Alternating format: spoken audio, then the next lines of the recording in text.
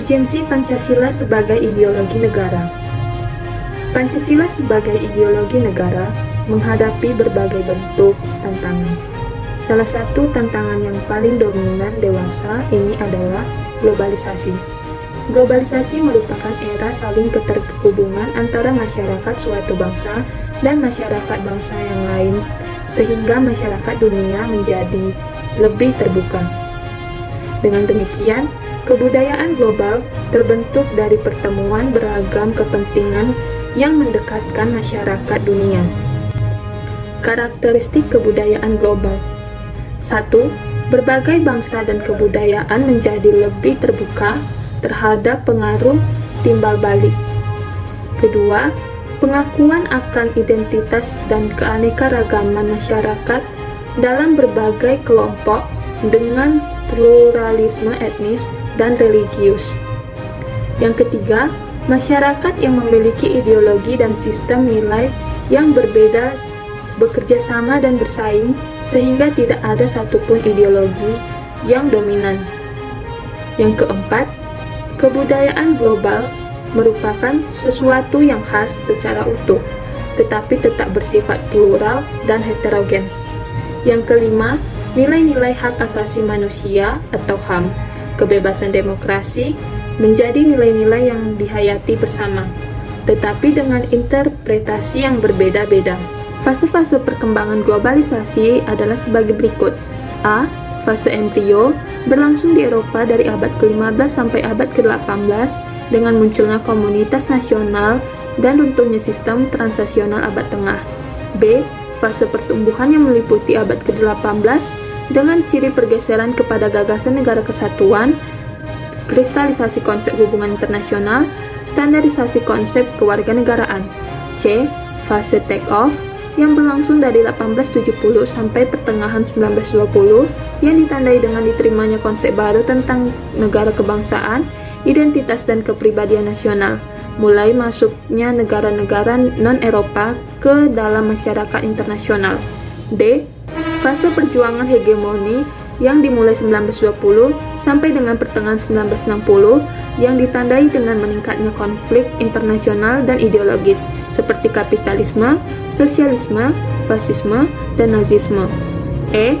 Ketidakpastian berlangsung dari 1960 sampai 1990 ditandai dengan munculnya gagasan dunia ketiga, proliferasi nuklir, konsepsi individu menjadi lebih kompleks.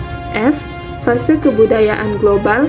Fase ini ditandai oleh perubahan radikal di Eropa Timur dan Uni Soviet atau runtuhnya dominasi komunisme di beberapa negara, berakhirnya Perang Dingin dan melemahnya konfrontasi ideologi.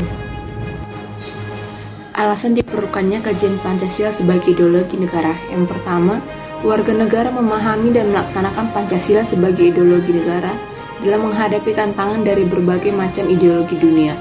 Dan yang kedua, penyelenggaraan negara memahami dan melaksanakan Pancasila sebagai ideologi negara. Sumber historis, politis, dan sosiologis tentang Pancasila sebagai ideologi negara. Pertama, sumber historis. Proses perumusan Pancasila diawali ketika dalam sidang BPUPKI pertama Dr. Rajitman Widyadiningrat mengajukan suatu masalah, khususnya akan dibahas pada sidang tersebut. Pada tanggal 1 Juni 1945, di dalam sidang tersebut, Insinyur Soekarno berpidato secara lisan mengenai calon rumusan dasar negara Indonesia, kemudian untuk memberi nama Pancasila yang artinya 5 dasar. Kedua, sumber sosiologis. Bangsa Indonesia yang penuh kebinekaan terdiri atas lebih dari 300 suku bangsa yang tersebar di lebih dari 17.000 pulau. Secara sosiologis, telah mempraktikkan Pancasila karena nilai-nilai yang terkandung di dalamnya merupakan kenyataan-kenyataan yang ada dalam masyarakat Indonesia. Bangsa Indonesia yang plural secara sosiologis membutuhkan ideologi pemersatu Pancasila. Oleh karena itu, nilai-nilai Pancasila itu perlu dilestarikan dari generasi ke generasi untuk menjaga keutuhan bangsa Indonesia. 2. Sumber politis. Sumber politis Pancasila sebagai sistem etika terdapat dalam norma-norma dasar, sebagai sumber penyusunan, sebagai peraturan perundang-undangan di Indonesia. Etika politik mengatur masalah perilaku politikus, berhubungan juga dengan praktik institusi sosial, hukum, komunitas, dan ekonomi. dinamika dan tantangan Pancasila sebagai ideologi negara. Dinamika Pancasila sebagai ideologi negara dalam sejarah bangsa Indonesia memperlihatkan adanya pasang surut dalam pelaksanaan nilai-nilai Pancasila. Pancasila sebagai ideologi dalam masa pemerintahan Presiden Soekarno, sebagaimana diketahui bahwa Soekarno termasuk salah seorang perumus Pancasila. Pancasila sebagai ideologi dalam masa pemerintahan Presiden Soeharto diletakkan pada kedudukan yang sangat kuat melalui TAP MPR nomor 2 1978.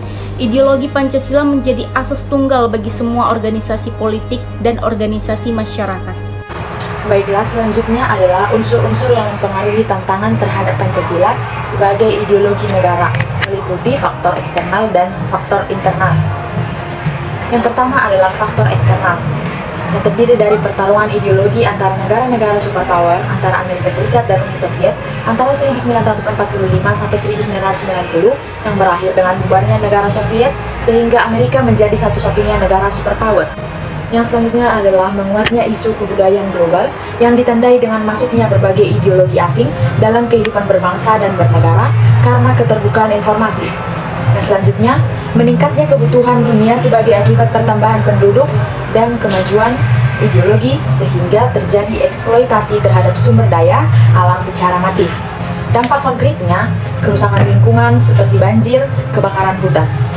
Yang kedua adalah faktor internal, di mana terdiri dari pergantian rezim yang berkuasa melahirkan kebijakan politik yang berorientasi pada kepentingan kelompok atau partai sehingga ideologi Pancasila sering terabaikan.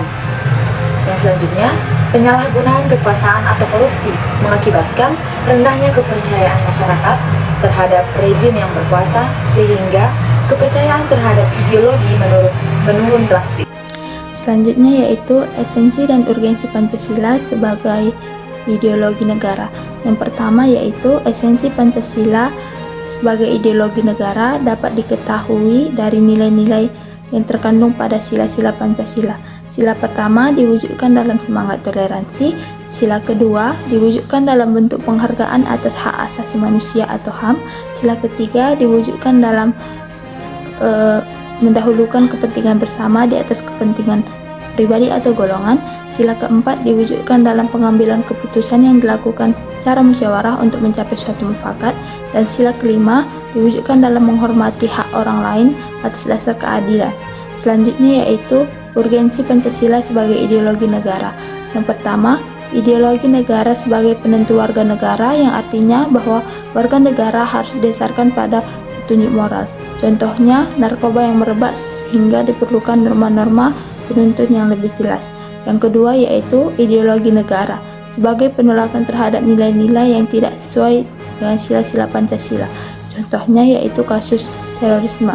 Dengan ideologi kita bisa menghindari perbuatan tersebut karena seperti yang kita ketahui perbuatan tersebut merupakan perbuatan yang melanggar norma-norma Pancasila.